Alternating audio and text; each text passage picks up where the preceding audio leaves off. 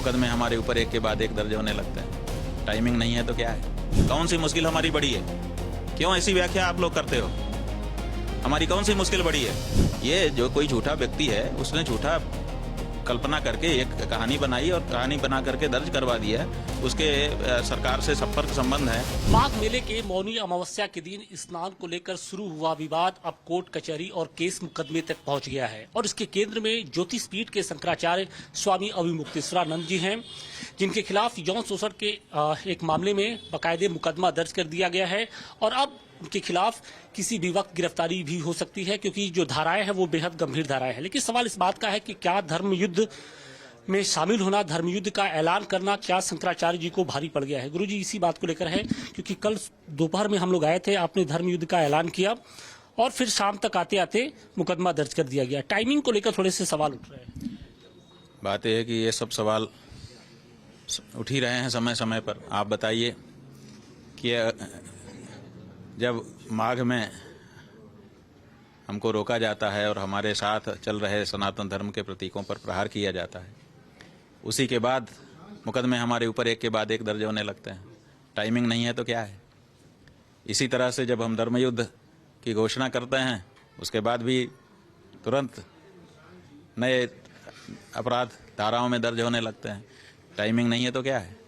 तो ये टाइमिंग ही दिखाती है कि लोग किस तरह से गौ माता की रक्षा की आवाज को चुप कराना चाहते हैं। दूसरे शब्दों में कहे तो योगी सरकार से पंगा लेना भारी पड़ गया क्या?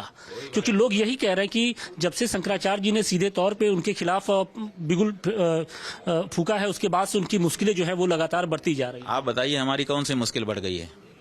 आप बता दीजिए। हमको सांस लेने में तकलीफ होने लगी है कि खाने पीने में तकलीफ होने लगी है कि चलने फिरने में तकलीफ होने लगी है? कौन सी मुश्किल हमारी बड़ी है? क्यों ऐसी व्याख्या आप लोग करते हो? हमारी कौन सी मुश्किल बड़ी है? आपके ऊपर ये इतने गंभीर आरोप लगा दिए गए और ये सारी चीजें समस्या होती है। आरोप लगाना, ये जो कोई झूठा व्यक्ति है उसने झूठा कल्पना करके एक कहानी बनाई और कहानी बना करके दर्ज करवा दिया है। उसके सरकार से संपर्क संबंध है, उसने अपना उसका लाभ ले लिया, तो उससे हमको क्या तकलीफ है?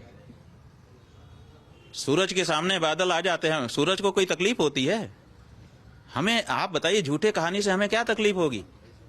आप ऐसा मत कहिए कि हमें समस्या हो गई। हमें कोई समस्या नहीं है, हम वैसे ही सांस ले रहे हैं, हम वैसे ही अपनी गौ माता के लिए जो हमारी मुहिम है उसको आगे चला रहे हैं। ये समस्या नहीं हुई, लेकिन आपके जो समर्थक हैं, जो आपके चाहने वाले हैं, जो आपके शिष्य हैं, वो थोड़े परेशान हैं कि शंकराचार्य जी के ऊपर एक के बाद एक इस तरीके के आरोप लगाए जा रहे हैं, उनके खिलाफ मुकदमा दर्ज कराया जा रहा है, वो व्यथित नजर आ रहे हैं। वो बात यह है कि वो व्यथित किस लिए हैं?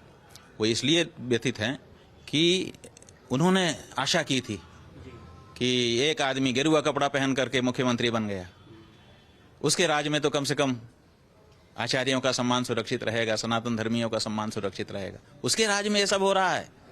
ये जो उन्होंने पहले से ये धारणा बना रखी थी उसके विपरीत सब कुछ देख करके उनको चिंता हो रही है। वो जान रहे हैं कि शंकराचार्य जी को इससे क्या फर्क पड़ता है। आपके ऊपर हम गलत आक्षेप लगा दें, आपको हम कह रहे हैं, इसी समय कह रहे हैं काने हो, आपको क्या फर्क पड़ा? बताओ। नहीं पड़ा ना। ये बस वही, जैसे आपको हमने कहा काने हो, काने मतलब एक आंख जिसकी फूटी हुई है, लेकिन आपको कोई फर्क ही नहीं पड़ा। ना आपकी आंखों में कोई चमक कम हुई और ना आपके चेहरे पे कुछ फर्क पड़ा, क्योंकि आप तो दो आंख वाले हो। तो उसी तरह से जो सच्चा है उसको क्या बनावटी कहानी से असर पड़ेगा, आप बताओ। इसलिए कोई ऐसा असर नहीं है। गौ माता की जो आवाज हम लोग उठा रहे हैं उसको हम उठाएंगे और आगे बढ़ाएंगे। ये धर्मयुद्ध रुकने वाला नहीं है। ये ना सोचा जाए कि इस तरह की नीच हरकतें करके आप गौ माता की रक्षा की आवाज अब सनातन धर्मियों के मुंह से बंद करवा दोगे। अब सनातन धर्मी धीरे धीरे गौ माता की रक्षा के लिए निकल पड़ा है। आपने कभी कल्पना की थी कि इस धर्म युद्ध के ऐलान के साथ ही इस तरीके के भी आरोप लगाए जाएंगे? नहीं, बिल्कुल कल्पना नहीं की थी। हाँ, ये तो हमारे लोगों ने भी हमको कहा था और हमको भी कुछ अंदाजा था कि भाई आक्षेप प्रत्याक्षेप हो सकते हैं, लेकिन इस तरह से नीचता की हद पार कर जाएंगे, एक कल्पना हमको भी नहीं थी। लेकिन देख तो सब कुछ रहे हैं। अब तो पता चल रहा है कि हमारा कितने नीच लोगों से पाला पड़ा है। शंकराचार्य जी, अब जो मैं सवाल पूछने जा रहा हूँ शायद मेरा भी जो वोट है वो थोड़े से कांप रहे हैं। इस आश्रम के बारे में बताया गया, कुछ बातें कही गई कि इस आश्रम के 5वें तल पर बहुत सारी चीजें होती हैं। इस आश्रम की व्यवस्था को लेकर सवाल उठाए गए।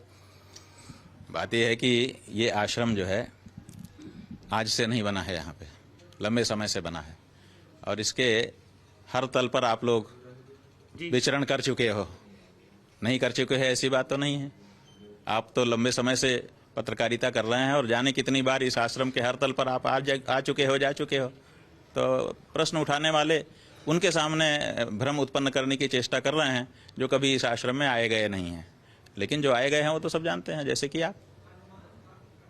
तो इस तरीके की बातें करना क्या चरित्र हनन की भी कोशिश की जा रही है कि हर तरफ से वार करने की कोशिश की जा रही है? और कोशिश क्या है? कोशिश तो यही है कि हमारा मुकदमा तो झूठा है, आगे चल के झूठा सिद्ध हो ही जाएगा। लेकिन जब तक ये केस हम चला पाएंगे उतने दिन तक तो भ्रम फैला करके इनके चरित्र हनन की कोशिश कर लें, यही तो बात है। और क्या है? आश्रम की व्यवस्थाएं क्या है, किस तरीके से जो बटुक यहाँ पर हैं उनकी शिक्षा दीक्षा दी जाती है, उसके बारे में हमारे दर्शकों को बताइए। क्योंकि ये आश्रम जो है श्री विद्या मठ है। ज्योतिष पीठ के जगत गुरु शंकराचार्य जी महाराज, ब्रह्मानंद सरस्वती जी महाराज थे। उन्होंने अपनी वसीयत में लिखा था कि ज्योतिर्मठ का एक कार्यालय काशी में भी होना चाहिए। उनके शिष्य हमारे गुरुजी पूज्यपाद स्वामी स्वरूपानंद सरस्वती जी महाराज ने अपने गुरुजी की इस इच्छा को पूरा करने के लिए काशी के केदारखंड में इस आश्रम का निर्माण किया और निर्माण करके यहाँ पर उन्होंने प्रवृत्तियाँ चलाई। मुख्य प्रवृत्ति है यहाँ पर विद्या का मठ, विशेष करके श्री विद्या और विद्या। तो हमारे यहाँ विद्या 14 मानी जाती है। पुराण न्याय मीमांसा धर्मशास्त्रांग मिश्रिता वेदास्थानानि विद्यानाम धर्मस्य च 14 विद्याएं पढ़ाई जाती हैं। तो उन विद्याओं का पाठ्यक्रम बना करके हम लोग यहाँ पर पाठशाला चलाते हैं। उसमें छात्र रहते हैं। मठ का मतलब ही होता है मठस् छात्रादि निलयः। मठ का मतलब छात्र और अध्यापक जहाँ रहें उसी भवन का नाम मठ होता है। तो ये विद्या अध्ययन का केंद्र है और यहाँ पर अभी तक हजारों विद्यार्थी यहाँ रह करके पढ़ करके निकल चुके। हर समय 150-200 विद्यार्थी यहाँ सदा से रहे हैं। जब से इस मठ की स्थापना हुई है उसके थोड़े दिन बाद ही यहाँ विद्यालय शुरू हुआ और तब से लेकर आज तक जाने कितने वर्ष हो गए। यहाँ पर निरंतर वेदाध्ययन होता है, शास्त्रों का अध्ययन होता है, सत्संग होता है, प्रतिदिन कार्यक्रम होते रहते हैं, लोग यहाँ आते जाते रहते हैं। लेकिन जिन 2 छात्रों का जिक्र किया गया है उनसे कभी वो कहाँ के हैं, कहाँ के रहने वाले हैं, कभी इस मठ में आए हैं? क्योंकि कहा यह जा रहा है कि पिछले साल जब महाकुंभ लगा था उस दौरान भी उनके साथ कुछ हरासमेंट किया गया था और इस बार भी कुछ किया गया। उसके बाद से ही वो आशुतोष ब्रह्मचारी के संपर्क में और सारी व्यथा उन्होंने बताई। तो उन 2 नाबालिगों के बारे में कोई जानकारी है आपकी? बात यह है कि जब उनका नाम फेसबुक की पोस्ट पर सार्वजनिक किया गया आशुतोष के द्वारा जी, तो हम लोगों ने नाम ही सुना। तो हम लोग उनका भाई कौन है, तो हम लोगों ने विद्यालय में पता किया। तो हमारे यहाँ उस नाम के कोई विद्यार्थी कभी भी भर्ती नहीं हुए थे, कभी हमारे यहाँ पढ़े लिखे नहीं थे। बाद में जब उनका एफिडेविट आया उस पर फोटो आया तो हम लोगों ने फोटो देखा। हम लोग उन बच्चों को नहीं जानते थे। फिर हम लोगों ने अपने विद्यालय के अध्यापकों छात्रों से पूछा कि भाई इसको कभी देखा है? तो उन्होंने कहा हम नहीं देखे हैं, कभी नहीं आया भी नहीं, जानते भी नहीं। फिर हम लोगों ने जो मठ के लोग हैं उनसे पूछा तो उन्होंने कहा इन बच्चों को हम लोगों ने कभी यहाँ नहीं देखा है। बाद में फिर जब उनका दूसरा एफिडेविट आया तो उसमें बच्चे की मार्कशीट आई तो वो हरदोई जिले की दिखाई दी। तो हरदोई जिले का बच्चा है, तो जो हमारे यहाँ कभी आया नहीं, कभी प्रविष्ट हुआ नहीं, कभी पढ़ा लिखा नहीं, कभी हमारे साथ रहा नहीं, वो कह रहा है कि हमारे साथ लंबे समय तक हमारा दैहिक शोषण करते रहे। ये कैसी बात है? तो जो कहा है उन्होंने उसको उनको सिद्ध तो करना पड़ेगा ना। उनके परिवार के दूसरे लोगों से बातचीत हुई कि आपने उनसे, मान लीजिए ठीक है बच्चे तो हैं, मान लीजिए वो थोड़ा सा उनको बरगलाया जा सकता है, उनके परिवार के लोगों से आप लोगों की बात यह है कि हम लोग इस समय बात करेंगे, उल्टा ही वो अगर आरोप लगा दें कि हमको धमका रहे थे, चमका रहे थे, प्रलोभन दे रहे थे, अगर ये सब कर देंगे तब हम क्या करेंगे? तो हम लोग इसीलिए किसी से बात नहीं कर रहे हैं। उनके परिवार के किसी व्यक्ति का संदेश आया था कि हम बात करना चाहते हैं। हम लोगों का भाई हम कोई बात नहीं करेंगे, आप जो बात करना है कोर्ट में करिए। हाँ, हम लोगों ने नहीं किया। जिस तरीके से और सबूत देने की बात हो रही है कि बंद कोर्ट के कमरे में बंद करके बाकायदे बयान लिया गया, सारी चीज़ें हुई, आपके भी वकील थे वहाँ पर, छात्रों की ओर से क्या बातें कही गई या फिर आपको क्या लगा कि उकसावे में आके उनसे ये बातें कहलवाई जा रही है? भाई ये तो अब अभी कुछ हम कह नहीं सकते क्योंकि हमारी जानकारी में कुछ है भी नहीं। बच्चों ने कुछ कहा भी है कि नहीं ये भी हमको पता नहीं है। हमारे वकीलों के सामने कोई बयान बच्चों का भी हुआ भी नहीं है। बच्चा जो है नाबालिग है अभी ये भी तय नहीं है क्योंकि एक कागज में उसकी उम्र 14 साल लिख करके बताई गई है और जो मार्कशीट जमा की है उसमें 15.5 साल ठहरता है। तो अब और देखने में बाकायदा फोटो जो लगा है उसमें मूछें एकदम कड़ी हैं और दाढ़ी क्लीन सेव है। तो मूछ दाढ़ी आ जाए और दाढ़ी बना दे और मूछ केवल रख ले, ऐसा बच्चा तो नाबालिग तो नहीं ही होता है। तो अभी तो ये सब में शंका है, लेकिन अब ये सब शंका समय अनुसार दूर होगी, जब कार्यवाही चलेगी तब ना। मुकदमे का सामना करने के लिए तैयार हैं? अरे भाई कितनी बार कहें, कोई भी आपके देखिए भगवान श्री कृष्ण समर्थकों से क्या अपील कहेंगे? हम भगवान श्री कृष्ण के ऊपर सेमंतक मणि की चोरी का आरोप लग गया था, ठीक है, भागवत जी में उल्लेख है।